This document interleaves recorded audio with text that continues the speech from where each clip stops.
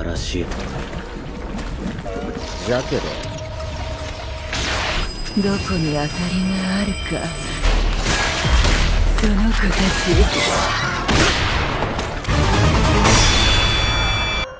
おったわ。 Setelah Rudo dijatuhkan ke jurang neraka karena difitnah telah membunuh ayah tirinya. Sekarang Rudo harus menyelamatkan diri sebab di dasar jurang banyak sekali monster yang bermunculan. Rudo sendiri tak tahu harus pergi kemana, karena yang dia bisa lakukan sekarang hanya berlari. Sial bagi Rudo karena monster ini menghentikan lajunya. Untungnya Rudo berhasil menghindari serangan monster tersebut.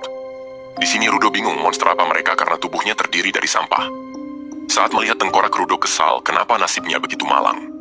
Akibat serangan monster, Rudo harus terjatuh dari tumpukan sampah.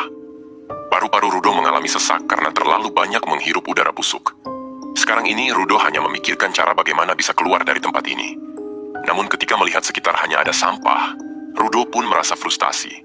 Saat mulut Rudo mengeluarkan darah, para monster langsung bergerak ke arahnya. Di sini Rudo hanya bisa meratapi nasibnya yang akan mati. Namun ketika mengingat Recto yang meninggal, Rudo mendapatkan buff dalam tubuhnya. Rudo akan mau mati dulu sebelum membalas kematian ayahnya.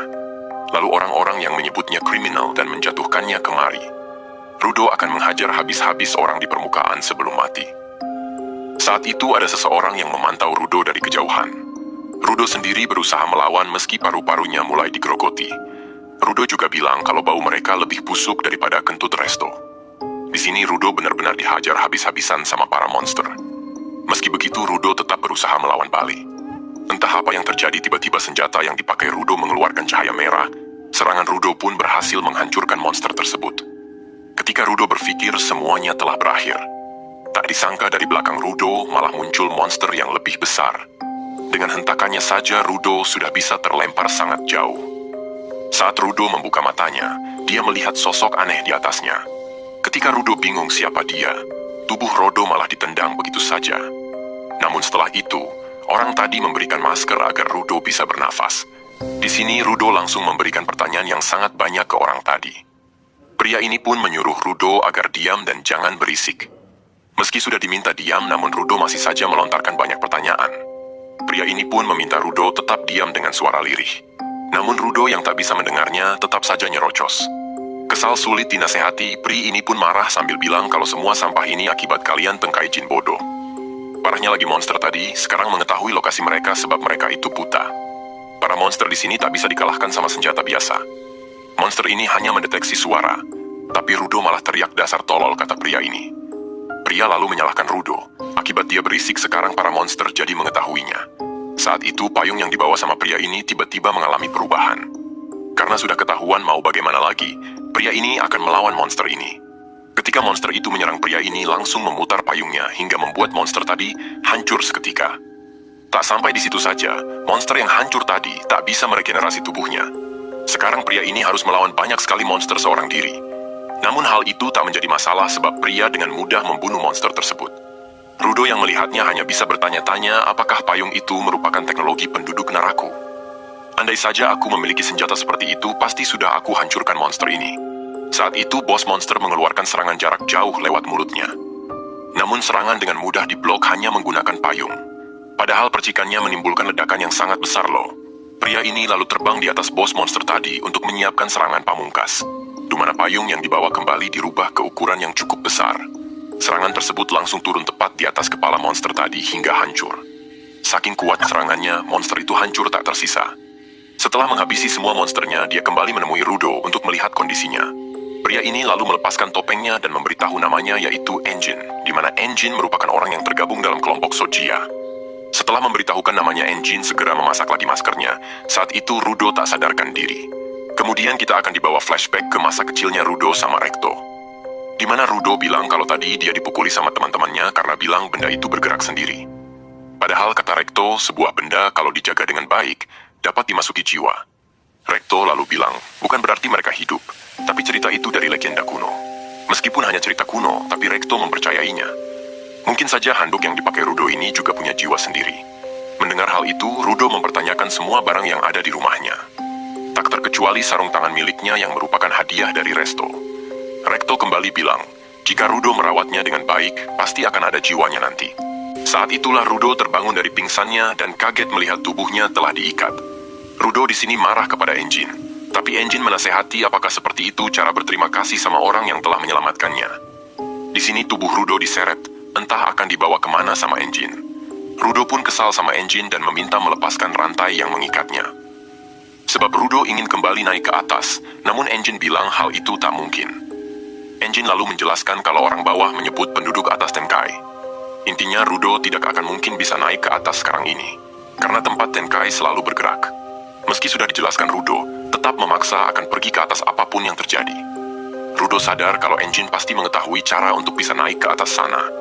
Tapi sebelum itu Rudo ingin dijelaskan sama Engine tentang dunia ini, monster tadi, serta kekuatan Engine tadi. Rudo ingin mempelajari kekuatan Engine supaya bisa membalas kematian ayahnya dan orang-orang di Tenkai. Karena Rudo tak mau diam, Engine akan menjelaskan tentang tempat apa Kekai itu sebenarnya. Di sini Engine tak mau bicara lagi dan langsung menyeret tubuh Rudo ke suatu tempat. Terlihat di tempat itu ada sebuah kendaraan layaknya di dunia atas. Kemudian Engine akan meninggalkan Rudo tanpa menjelaskan apapun. Saat Rudo kebingungan, tiba-tiba muncul banyak sekali orang di dekatnya.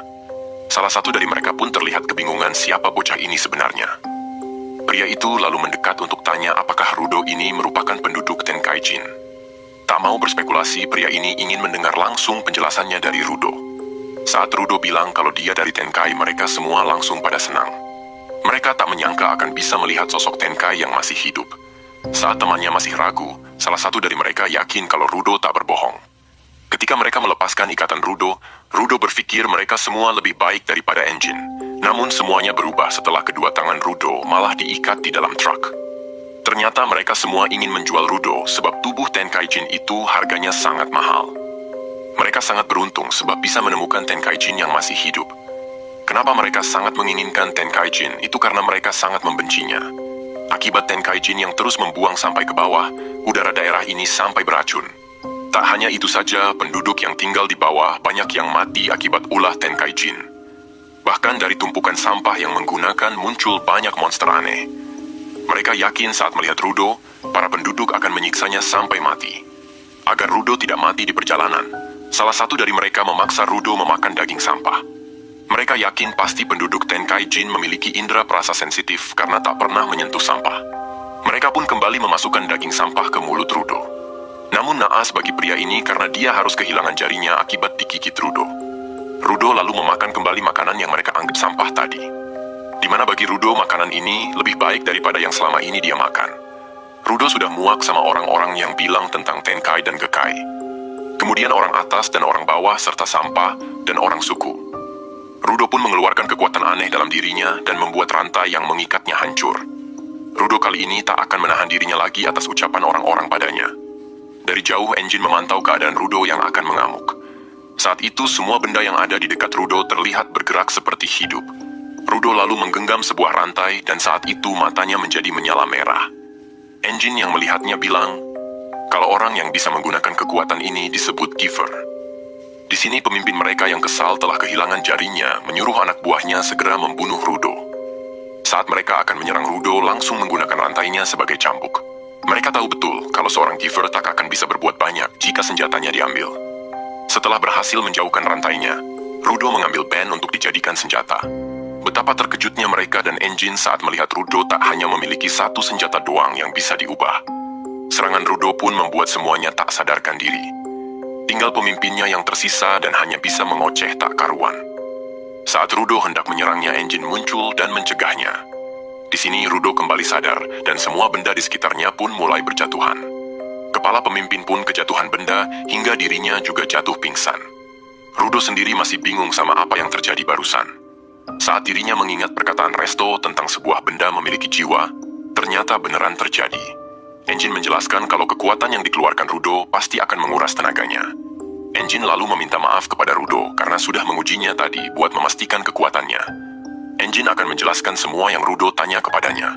Namun sebagai gantinya, Rudo harus mau bergabung ke pasukan Sojiya. Di sini Rudo hanya bisa bengong doang sambil menatap ke arah Engine.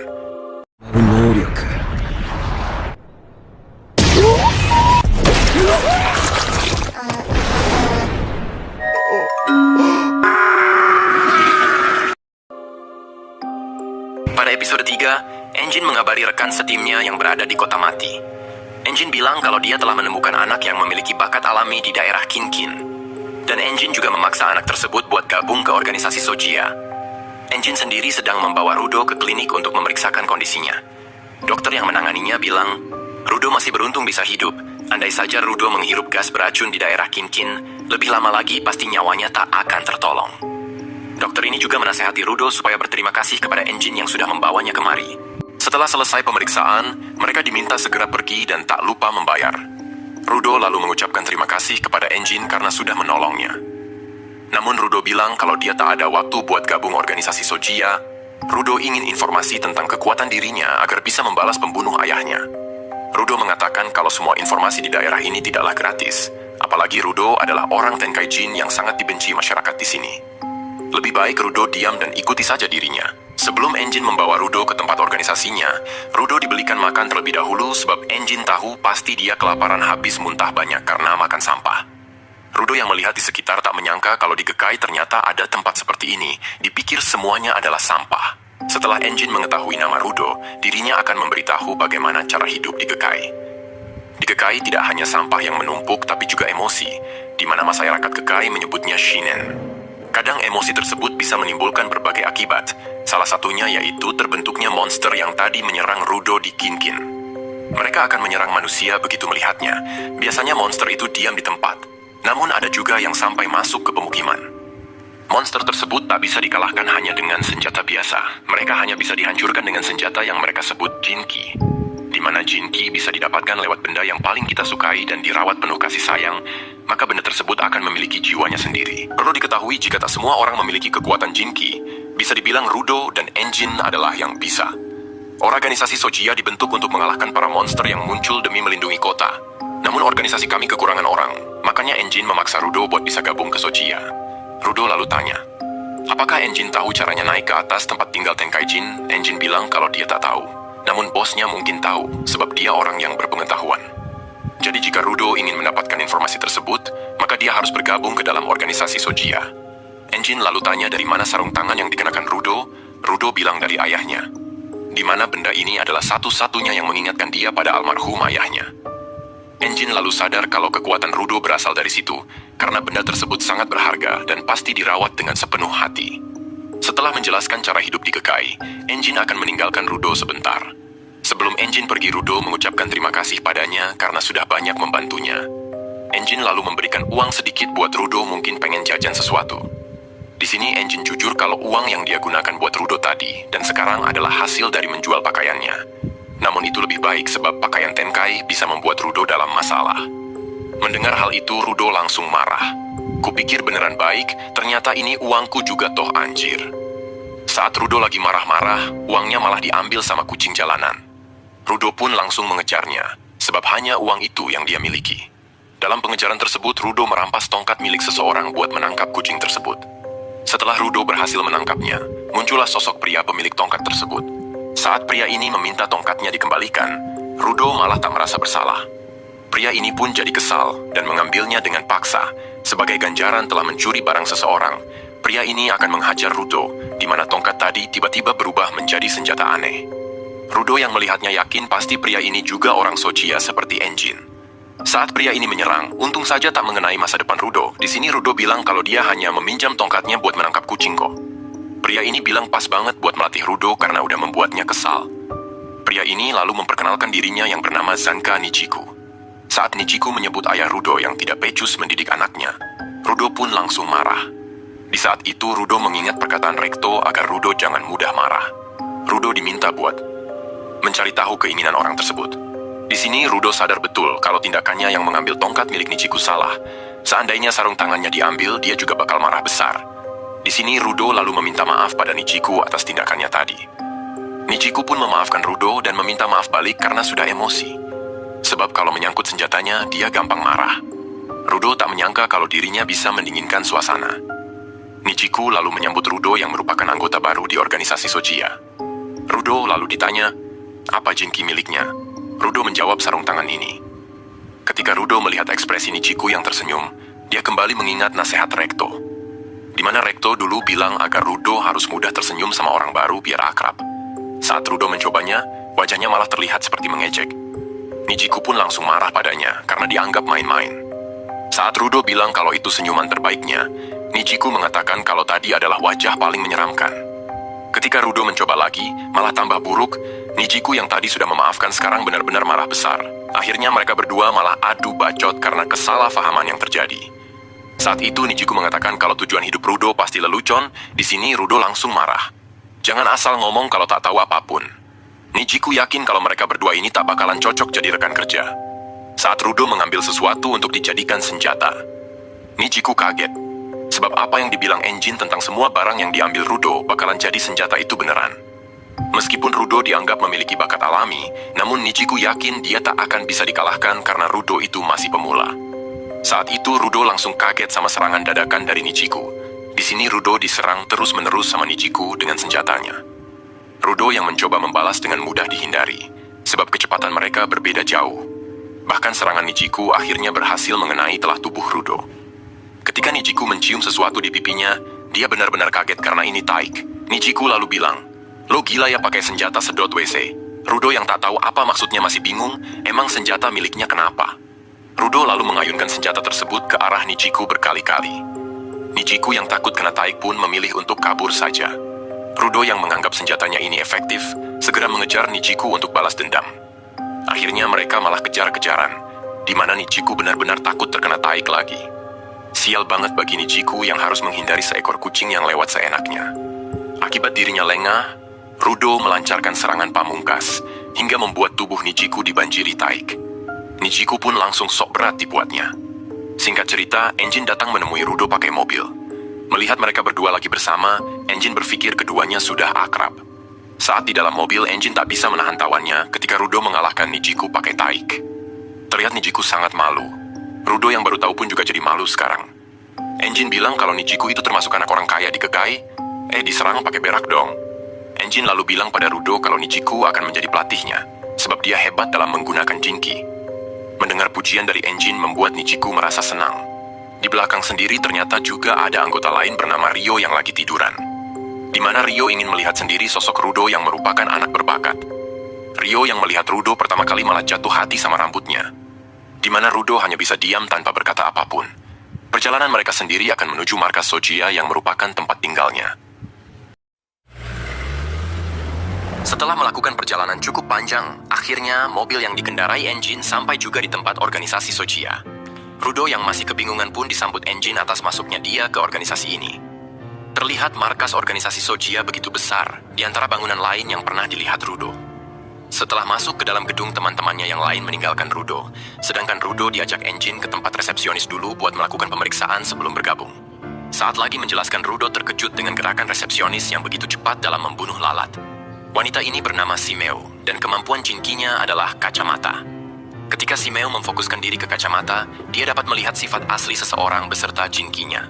Rudo pun langsung dicek lewat kacamata super tersebut. Betapa kagetnya Shimeo saat melihat sesuatu yang tak pernah dia lihat sebelumnya di dalam diri Rudo. Shimeo lalu bilang kalau Rudo tak perlu melatih tubuhnya sebab dia sudah cukup atletis, namun hanya penggunaan instrumen sarung tangannya saja yang harus dilatih. Terlihat Shimeo masih menyembunyikan sesuatu yang janggal dan membuat Enjin penasaran. Namun Enjin tak berani menanyakan lebih dalam.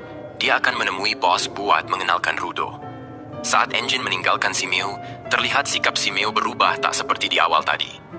Sebelum menemui bos, Enjin cerita kalau ada 100 orang yang tergabung di organisasi Sojiya. Tugasnya pun berbeda-beda, karena tugas tersebut jarang semua orang ada di gedung ini sekaligus. Enjin akan mengajak Rudo ke tempat kumpulnya anggota dulu. Pasti tidak terlalu banyak yang muncul. Namun saat pintunya terbuka, tak disangka banyak sekali anggota Sojiya di sana. Enjin lalu menutup kembali pintunya sebab terlalu ramai untuk dikenalkan pada Rudo. Singkat cerita, akhirnya mereka berdua telah sampai di depan ruangan bos. Sebelum masuk, Enjin menasehati Rudo agar jangan langsung tanya bagaimana bisa pergi ke Tenkai-jin. Enjin sudah pernah bilang kalau di sini semua informasi itu tidaklah gratis. Rudo harus bilang sendiri kalau dia mau bekerja di sini sebagai gantinya. Dan yang paling penting, jangan pernah tanya mengenai Jinki milik bos. Untuk Jinki miliknya yang dia kasih tahu tadi karena terpaksa. Semua anggota di sini tak pernah berani tanya tentang kemampuan milik bos. Meski begitu, mereka sangat loyalitas padanya karena begitu menghormatinya. Setelah mendapatkan nasihat, Rudo sudah siap untuk menemui bos, tapi di ruangannya malah kosong. Saat itu Shimeo muncul memberitahu kalau saat ini bos lagi keluarga dan tak tahu kapan kembalinya. Rudo pun bingung apa yang harus dia lakukan selanjutnya. Engine sendiri tak tahu sebab semua keputusan ada di tangan bos mereka. Saat itu muncul Ryo yang mengajak Rudo melihat bagaimana dia bekerja. Di mana Rudo akan dijadikan Ryo sebagai petatar. Terlebih lagi Ryo sangat penasaran sama Rudo. Rudo pun hanya bisa terpaksa mengikuti keinginan Ryo sampai bos kembali ke markas. Kemudian Shimeo menjelaskan pada mereka permintaan klien mengenai monster sampah yang mendekati brigade di daerah zona tercemar. Tugas mereka hanya memastikan agar brigade itu aman tak dihancurkan. Rudo di sini masih belum mengerti tentang zona tercemar sebab tak diberitahu sama Engine. Shimeo lalu menjelaskan kepada Rudo jika di Gekai terbagi menjadi beberapa wilayah. Ada zona aman yang ditempati para manusia. Lalu ada zona tercemar yang dihuni para monster sampah. Dan lokasi tempat Rudo jatuh adalah zona tercemar yang sangat berbahaya dan daerah itu dinamai Kinkin. Di Gekai sudah ada tempat Kinkin yang terkonfirmasi. Biasanya orang akan langsung mati jika berada di sana. Bahkan untuk para giver sendiri kesulitan buat mengalahkan monster di sana. Shimeo lalu tanya, sedang apa Engine pergi ke tempat berbahaya tersebut? Dengan entengnya Engine bilang hanya jalan-jalan doang. Shimeo bilang agar selalu memakai masker saat berada di zona tercemar, itu semua demi kesehatan. Sebab Rudo bisa mati dalam 15 menit di daerah Kinkin jika tak memakai masker. Singkat cerita, Ryo dan timnya sudah sampai di lokasi, di mana Rudo diminta untuk mengamati saja. Rudo yang melihat zona tercemar, hanya melihat itu sebagai sampah biasa. Rudo penasaran apakah orang-orang di Tenkai mengetahui ada kehidupan di bawah sini. Atau mereka sudah tahu, namun tetap mengirim orang dan sampah ke sini. Saat Rudo melihat lebih detail, sampah-sampah itu seperti harta karun buatnya. Di sini Rudo tanya pada Ryo sebenarnya siapa yang ikut sama mereka. Ryo bilang kalau semua orang ini merupakan support dan tak memiliki kemampuan Jinki. Meski begitu, mereka sangat penting bagi yang bisa menggunakan Jinki. Saat itu salah satu support mengajak jabat tangan Rudo. Namun yang tak disangka tangan Rudo dicengkeram begitu kuat. Ryo lalu bilang kalau cengkeraman orang ini begitu kuat hingga dapat menghancurkan cangkang monster sampah. Rudo sadar kemampuannya masih jauh, tapi dia harus cepat beradaptasi agar tidak menjadi beban. Saat itu Ryo dipanggil kalau ada monster sampah yang muncul dekat pembatas. Ternyata monster yang muncul adalah kawanan hewan seperti antelope. Rudo panik. Apakah mereka akan melawan kawanan tersebut? Ryo menenangkan Rudo kalau monster itu lambat dan tidak kuat. Jadi cocok banget untuk dijadikan latihan bagi Rudo. Tiba-tiba muncul monster baru kayak banteng yang langsung menabrak pembatas. Rudo pun terlihat makin panik, apalagi brigadenya sudah mau hancur juga. Rudo menyarankan kepada Ryo buat memanggil bala bantuan, namun Ryo masih tetap santai karena ini masih dalam kendalinya. Ryo yakin pasti sudah tak ada monster yang lebih besar lagi bakalan muncul. Ryo lalu mengajak Rudo membuat pesta penyambutan kedatangannya di Gekai. Melihat sikap Ryo yang santai membuat Rudo bingung, padahal ini taruhannya nyawa loh. Ryo lalu mengatakan, jika ingin hidup di Gekai otak mereka harus tenang. Rudo lalu ingat kalau Engine juga sangat santai dan tak mudah panik. Saat Rudo ingin menenangkan otaknya, tiba-tiba monster yang sangat besar muncul. Rudo di sini hanya bisa bengong sambil tetap fokus buat tenang. Sedangkan Ryo malah makin bersemangat untuk melawan monster tersebut. Ryo lalu mengeluarkan Jinki miliknya yaitu gunting rambut. Sebelum melawan yang besar, Ryo bakal pemanasan dulu. Saat guntingnya dilempar ke atas, tiba-tiba bentuknya menjadi sangat besar. Ryo lalu menggunakan senjata tersebut dengan kakinya untuk membunuh para monster. Rudo yang melihatnya bingung kok pakai kaki sih. Salah satu support lalu bilang, kalau setiap pengguna Jinki boleh menggunakan senjatanya dengan cara apapun. Meskipun terlihat tidak sopan, tapi itu lebih efektif bagi Ryo. Rudo juga diminta agar selalu waspada meskipun tugasnya hanya mengamati. Tiba-tiba dari arah belakang ada monster yang menyerang Rudo. Untungnya salah satu support berhasil menyelamatkannya. Tak hanya itu saja, monster itu juga dilempar ke Ryo untuk dicincang dengan guntingnya. Melihat para support beraksi, Rudo dibuat kagum. Meski mereka tak bisa membunuh monster, tapi mereka bisa melumpuhkan dan memberikannya pada giver. Rudo di sini benar-benar mengamati situasi yang bisa membuatnya lebih kuat nantinya. Setelah para kroco telah habis, sekarang tinggal bos monsternya saja. Kali ini para support tak akan bisa membantu banyak, di mana mereka akan mengamankan lokasi sekitar saja. Saat itu salah satu support terjatuh, akibat masih ada monster banteng yang berhasil selamat. Saat banteng itu mau menyerang, untungnya Rudo dengan cepat menolongnya. Di sini Rudo akan membuktikan dirinya kalau bergabungnya dia tidak untuk menjadi beban. Saat senjata yang digunakan Rudo berubah, dia benar-benar kaget. Namun Rudo terlihat kebingungan bagaimana cara untuk menggunakan senjata ini. Saat itu muncul Ryo yang datang membantu dan memuji Rudo karena dapat melindungi seseorang. Pemimpin support pun mengucapkan, Terima kasih atas bantuan Rudo dan Rio. Rio lalu ditanya, apakah bos monsternya sudah dikalahkan? Rio bilang belum, padahal dia sudah memotong tubuhnya. Baru kali ini Rio melihat ada monster yang tak bisa hancur dengan senjata Jinki. Meski begitu, Rio akan terus menyerangnya sampai monster itu benar-benar tumbang. Para support sendiri akan memberikan laporan tentang janji baru dan memberitahu warga sekitar agar mengungsi dulu. Rio sendiri kembali melompat ke tubuh bos monster, di mana kali ini Rio akan memotong bagian rambut monster ini. Saat semua rambutnya telah rontok, Rio menemukan sesuatu yang aneh di dalam kepala monster ini. Bos monster sendiri kembali meregenerasi tubuhnya, karena kesal Hanju ini malah menyerang ke berbagai arah tanpa terprediksi. Akibat serangan tersebut, Rudo yang bengong malah terjatuh di tanah yang mengalami retak. Rudo bingung kenapa dia tak bisa menggunakan kekuatannya dan malah menjadi beban gini. Untungnya saja pemimpin support datang buat menyelamatkan Rudo. Rudo lalu dinasehati jika dia memiliki tujuan maka kejarlah sampai itu tercapai. Saat itu Rio menemukan titik lemah dari Hanju ini, di mana serangannya langsung menusuk tepat di cahaya dalam kepala Hanju. Akhirnya Hanju tadi hancur juga dan tak bisa beregenerasi lagi. Rio lalu menunjukkan benda yang menjadi letak kelemahan Hanju tersebut, di mana pemimpin support kaget bagaimana bisa adalah senjata Jinki di dalam tubuh Hanju. Di tempat lain terlihat pria yang kemarin dihajar Rudo telah siuman dari pingsannya. Pria ini pun bingung di mana dia sekarang. Saat itu ada seorang pria yang tanya di mana Tenkaijin itu sekarang. Setelah kejadian kemarin, di markas Sojiya terlihat Nichiku baru bangun dari tidur. Ketika dia pergi ke tempat makan, tak disangka suasananya begitu ramai. Saat Nichiku bilang kalau ini terlalu pagi untuk ramai-ramai, Rio mengatakan, ini udah malah dasar tukang molor. Rio menjelaskan kalau pesta ini dibuat untuk perayaan buat Rudo selamat datang di Kekai. Namun orang yang mendapatkan perayaan malah tak bersemangat. Rio bilang kalau itu disebabkan Jinki miliknya rusak di pertempuran kemarin. Nichiku lalu tanya katanya, Rio kemarin bertemu sama Hanju aneh. Rio lalu cerita kalau Hanju yang kemarin dia hadapi tak seperti biasanya, di mana dalam inti Hanju tersebut ada sebuah Jinki yang menggerakkan. Karena Rio tak tahu harus berbuat apa, dia menyerahkan masalah itu kepada orang yang lebih mengerti, sedangkan dia memilih makan-makan. Rio juga mengatakan kalau Engine dan Shimeo akan datang ke sini setelah urusannya selesai. Di sisi lain, Rido masih merenungi nasibnya yang tak berguna. Saat itu, anggota support yang kemarin melakukan misi bersamanya mengajaknya ngobrol. Anggota itu pun mengenalkan dirinya yang bernama Gris Robion. Gris mengatakan kalau Rudo telah bekerja keras, namun Rudo menganggap dia tak melakukan apa-apa. Padahal kemarin Rudo telah menyelamatkan nyawa Follow, seorang pendukung muda berkacamata. Rudo pun bilang kalau kemarin dia malah selalu diselamatkan Rio dan Gris. Rudo jadi ingat saat tinggal di Tengkai, dia selalu lepas kendala dan Rekto yang selalu melindunginya. Padahal Rudo ingin membalas orang-orang di Tengkai Jin, tapi dirinya tak berbeda di waktu dulu. Gris lalu memberi tanggapan kalau dia dan teman-teman supportnya selalu diremehkan. Bahkan ada anggota baru yang merupakan giver juga menganggap mereka beban. Namun berbeda sama Rudo yang percaya dan tak menganggap mereka beban. Gris lalu cerita tentang Follow yang lagi membuat senjata untuk membunuh Hanju, sebab para support tak bisa mengalahkan Hanju tanpa senjata Jinki. Follow pun bekerja keras agar para support tak diremehkan lagi nantinya.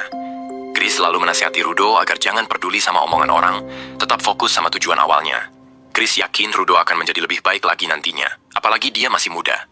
Saat Rudo tertancap sama ucapan Gris, tiba-tiba muncul Engine yang mabuk. Engine lalu tanya, kenapa Rudo masih belum makan apapun padahal ini kan pesta buatnya? Gris lalu mengajak Rudo untuk gabung bersama teman-teman barunya dan makan sepuasnya. Terlihat Rudo begitu senang mendapatkan kehangatan yang tak pernah dia rasakan sebelumnya. Lagi enak-enaknya makan, ada salah satu anggota yang akan membuat grafiti di tembok. Engine lalu bilang kalau dia adalah Gob, orang yang tidak pernah menyimpang dari tujuannya. Tindakan Gob ini sebenarnya membuat yang lain risih, namun Gob tetap tak peduli. Engine lalu bilang jangan gambar pakai kotoran seperti yang sudah-sudah ya. Gob sendiri tak bisa janji untuk itu. Terlihat grafiti yang dibuat Gob hampir selesai. Semua orang pun pada senang melihatnya termasuk Rudo. Di tempat lain, pria yang kemarin hendak menjual Rudo sedang disiksa sama seseorang untuk diminta keterangan tentang Rudo. Pria ini pun sampai memohon ampunan atas nyawanya. Saat itu mulutnya langsung ditarik pakai pisau, di mana orang yang melakukannya sangat senang mendapatkan informasi mengenai Rudo. Apalagi Rudo adalah seorang giver. Shimeo sendiri terlihat kembali ke tempat kerjanya setelah ikutan pesta. Saat itu ada permintaan yang masuk, di mana akan ada misi baru. Singkat cerita, Nichiku dan kelompoknya bersama Rudo akan melakukan sebuah misi. Nichiku tanya kenapa Rudo ikut mereka, soalnya Rudo ini masih belum terdaftar resmi menjadi anggota. Shimeo mengatakan kalau misi permintaan ini ada hubungannya sama Rudo. di mana yang meminta bantuan habis diserang sama monster dan muatannya telah dicuri. Di mana muatan tersebut ada tengkai jin di dalamnya yang masih hidup. Mungkin dengan ikut Rudo dalam misi kali ini bisa mengetahui cara untuk naik lagi ke atas. Chris lalu bilang kepada Rudo kalau dia tak diwajibkan untuk ikutan, tapi kalau memang mau nggak apa-apa. Rudo sebenarnya ingin menolak sebab dia takut menjadi beban lagi. Namun dia juga ingin mendapatkan informasi agar bisa naik lagi ke tengkai jin. Jadi Rudo memutuskan ikutan. Setelah mendapat jawaban Rudo, si Meu bilang, sebenarnya misi ini akan diserahkan pada Engine tapi dia lagi ada urusan. Engine melemparkan misi tersebut kepada Nijiku karena dia percaya Nijiku bisa diandalkan. Mendengar kalau Engine mempercayakan misi ini membuat Nijiku jadi senang. Setibanya di lokasi Nijiku meminta semua anggota untuk melakukan yang terbaik. Dalam perjalanan Rudo tanya pada Chris kenapa tak membawa senjata. Chris bertarung pakai tangan kosong namun buat jaga-jaga dia membawa pisau kecil.